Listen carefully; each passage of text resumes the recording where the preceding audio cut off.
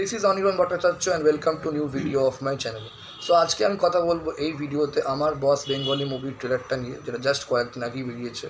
তো আমার বস বেঙ্গলি মুভিটা বেরোচ্ছে 9th মে। শিবপ্রসাদ, সবাই জানে শিবপ্রসাদ মুখোপাধ্যায় মন্ত্র রায়ের পরিচালনায়। তো ট্রেলারটা কীরকম লেগেছে সে ব্যাপারে কথা বলবো এই ভিডিওতে। তো চলুন শুরু করা যাক। আমার রিভিউটা বলার আগে বলে দিই, আমি টিজারটাও রিভিউ করেছিলাম, তোমার চ্যানেলে এসে আপনারা অবশ্যই দেখে নিতে পারেন। তো ট্রেলারটা আমার কীরকম লেগেছে বা ট্রেলারটা কীরকম হয়েছে আর বক্স অফিসে কীরকম রেসপন্স হতে পারে।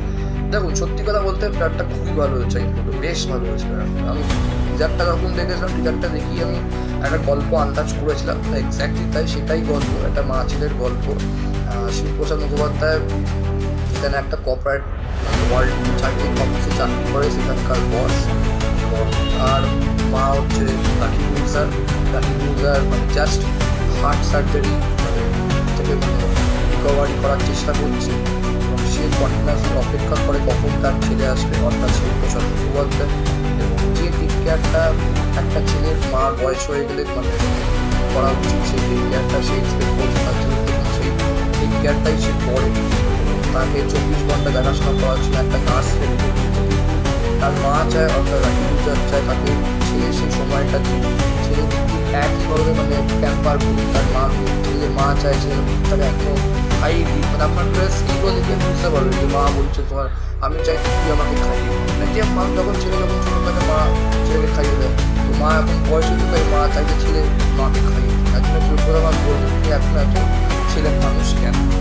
তো এইবার ব্যাপারটা হচ্ছে সে এবার একটা সেকেন্ড শেডটা শুরু আছে, যখন তার দেখানো হচ্ছে অফিসে তার কীরকম হয়েছে। সে তো কর্পোরেট অফিসে চাকরি করে, এবং সে কর্পোরেট অফিসের মানে যে অফিসে কাজ করছে সেখানকার হেড, এবং তার আন্ডারে প্রচুর সব অফিস এমপ্লয়ি স্টাফরা কাজ করছে। সেখানে তার নেচারটা কীরকম, তো সেখানে তার নেচারটা সম্পূর্ণ বিপরীত তার বাড়ির থেকে। সে যেভাবে তার বাড়িতে তার নেচার, তার যে অ্যাপ্রোচ, তার যে ফ্রেন্ডলি স্বভাবটা, সে স্বভাবটা একদমই না অফিসে সে প্রচণ্ড স্ট্রিক্ট এবং প্রচণ্ড প্র্যাকটিক্যাল।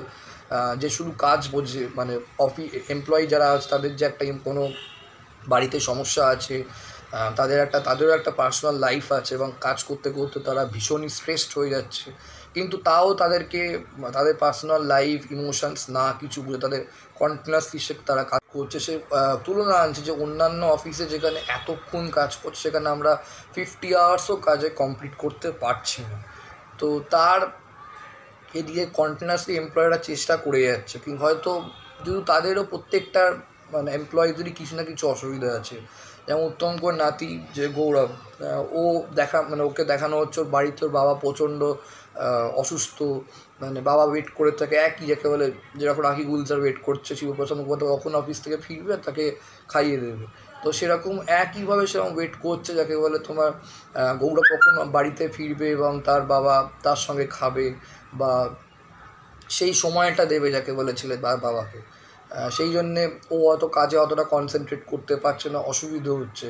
কিন্তু সেটা না বুঝে শিবপ্রসাদ মুখোপাধ্যায়কে ছাড়িয়ে দিচ্ছে, তুমি অন্য কোনো কাজ দেখে নাও, এখানে আমি তোমাকে রাখবো না, এই হচ্ছে। তখন ও বলছে আমার লাস্ট চান্স দিন। মানে ওর যে মানে ওর কেন পারছে না সেটা বোঝার চেষ্টা করছে। সাধারণত এটা হয়, কর্পোরেট অফিসে কাজ করা মানে তোমার পার্সোনাল লাইফ পুরো শেষ হয়ে যায়, কারণ প্রথমত কাজের এতটাই প্রেশার থাকে, এবং তুমি এতটা ইনভলভ হয়ে যাবে কাজের মধ্যে যে তুমি বাইরে এসেও তুমি শান্তি পাবে না। তো বাড়িতে থাকলেও কন্টিনিউয়াসলি তাদের বাইরে মানে অফিস থেকে ফোন আসে, এবং অফিসের কাজ পেন্ডিং কাজ তোমায় করতে হবে না। তুমি ওই ওয়ার্ক কালচার এমনভাবে তোমার মাথাটা ঢুকে যাবে যে তোমার নিজস্ব একটা পার্সোনাল লাইফ স্ট্রেস ফ্রি করার জন্য যে একটু ঘোরা বেড়ানো, খাওয়া দাওয়া করা কিছুই থাকে না। মাইন্ড ওয়াইজ তোমার পুরোপুরি স্ট্রেসড হয়ে যাবে, এবং তখন বাড়িতে বাবা মাদের ভীষণ একটা চাপ এসে যায়, এবং তারা খুব একাকিত্ব বোধ করে। তো সেই জিনিসটা এখানে দেখানো হচ্ছে, খুব মানে রিয়েলিস্টিক ব্যাপার, এটা একদম ঠিক বলবো। তো দেন তারপর মেইন সমস্যা হচ্ছে তোমার শিবপ্রসাদ মুখোপাধ্যায় দেখাচ্ছে প্রচণ্ড স্ট্রিক্ট এমপ্লয়ীদের প্রতি, সেই কোনো আন্ডারস্ট্যান্ডিংই ব্যাপারই নেই, যেটা হয় সেটাই দেখিয়েছে। তো এবার রাখি গুলজার কনস্ট্যান্ট বাড়িতে ওয়েট করতে করতে কী হচ্ছে, ওরা একটা মানসিকভাবে তো ছেলেকে পাচ্ছে না, শিবপ্রসাদ মুখোপাধ্যায় ক্যারেক্টারটার নাম হচ্ছে অনিমেষ, তাকে একদমই পাচ্ছে না। তো ও একদিন লাস্ট রাখি গুলজার বলেই ফেললো যে আমাকে তোর অফিসে নিয়ে চল, আমি অফিসে যাবো, কারণ আমি বাড়ি থেকে অনেক অসুস্থ বোধ করছি। যেহেতু ছেলে তার মার প্রতি সেই ভালোবাসাটা আছে, টেক কেয়ারটা আছে, বাড়িতে সে অন্যরকম, তাই সে কী করে যে আজ থেকে তুমি আমার বস।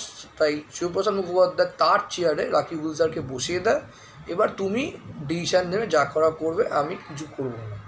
এইবার দেন চেঞ্জটা স্টার্ট হয়, সে আস্তে আস্তে এমপ্লয়দের সঙ্গে মিশতে আরম্ভ করে। সে তো ভাবে যে বাড়িতে ছেলে যেরকম অফিসে সেরকম না, না অফিসে সম্পূর্ণ আলাদা। প্রত্যেকটা এমপ্লয়দের কাছ থেকে সে জানতে পারে, বুঝতে পারে যে বড্ড বেশি স্ট্রিক্ট, এবং যাকে বলে এমপ্লয়ীদের কিছু কষ্ট বা তাদের ইমোশন কিছু বোঝার চেষ্টা করে না। তবে তাদের সঙ্গে মেলামেশা করা, ঘোরা, খাওয়া, এবং আস্তে আস্তে এতে গিয়ে লাকি গুলজারের যে হার্ট সার্জারি করে যে মানে রিকভার করার চেষ্টা করে, এবং রিকভারটা তাড়াতাড়ি হতে তার সুবিধেও হয়। এবং হার্ট সার্জারি করার পর সবচেয়ে বড় কথা মেন যেটা আমি মনে করি, মনের দিক থেকে ভীষণ শান্তি থাকাটা খুব প্রয়োজন। তাহলে কী হয়, তোমার হার্টের ওপর যে কোনো কষ্ট খুব কম চাপ পড়বে, এবং তুমি মনের দিক থেকে অনেক ভালো থাকবে। তো সেটাই হয়। তো এমপ্লয়ীদের সঙ্গে থাকতে থাকতে ওদের মধ্যে প্রত্যেকটা এমপ্লয়ীদের সাথে উনি মিশে যান, এবং মেশার সাথে সাথে ওনার মনও ভালো থাকতে আরম্ভ করে, এবং ওনার শারীরিক যে কন্ডিশন সেটা তাড়াতাড়ি বেটার হতে আরম্ভ করে। এইবার তখন উনি একটা কী করেন, একটা সবার কাছ থেকে পার্সোনাল একটা তোমার কোথায় কী অসুবিধা ছিল জানতে আরম্ভ করে। জানার পর তিনি একটা ডিসিশান নেয়, বোল্ড স্টেপ নেয়, যে আমি একটা আশ্রম মতো করবো, যেখানে আপনারা যারা এমপ্লয়িরা কাজ করেন বা স্টাফরা কাজ করেন, তাদের বাড়িতে যে বাবা মাকে দেখাশোনা করার জন্য প্রত্যেকের বাবা মা সেখানে এসে থাকবে, এবং কোম্পানি সেই দায়িত্বটা নেয় তাদেরকে দেখভাল করার জন্য। এবার এখানেই শিবপ্রসাদ মুখোপাধ্যায় একটা আপত্তি তৈরি হয়, কোম্পানি কেন তাদের বাবা মায়ের দেখবে।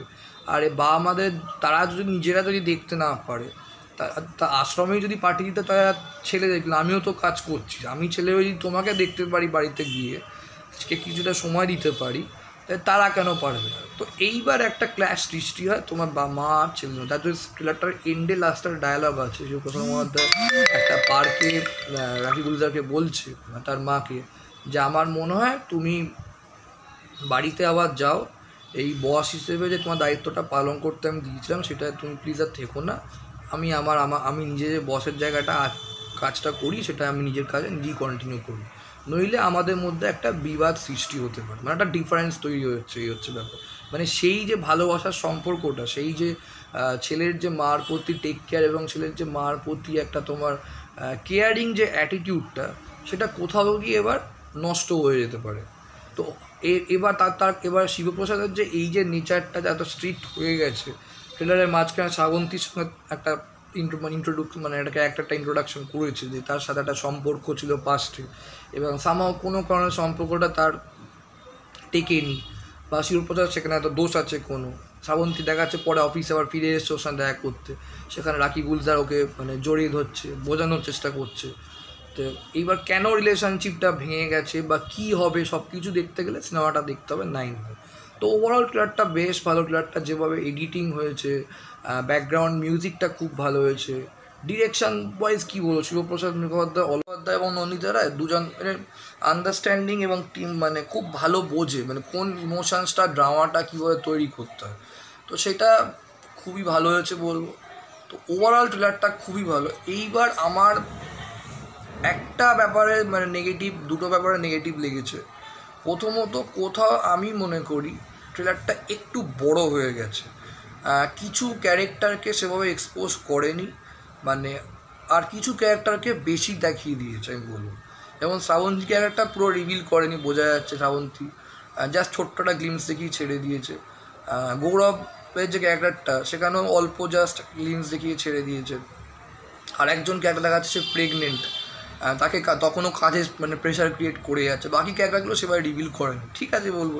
কিন্তু ট্রেলারটা আমি বলবো এইগুলো না দেখে একটু ছোটো করতে পারো। 3 মিনিট 18 জায়গায় 2 মিনিট 42-45 যদি রাখতো, তাহলে এগুলো হলে গিয়ে দেখলে আমার মনে হয় একটু বেশি ভালো হতো, ইন্টারেস্টটা আরও বেশি তৈরি হতে পারতো। এটা আমার ওপিনিয়ন বলবো।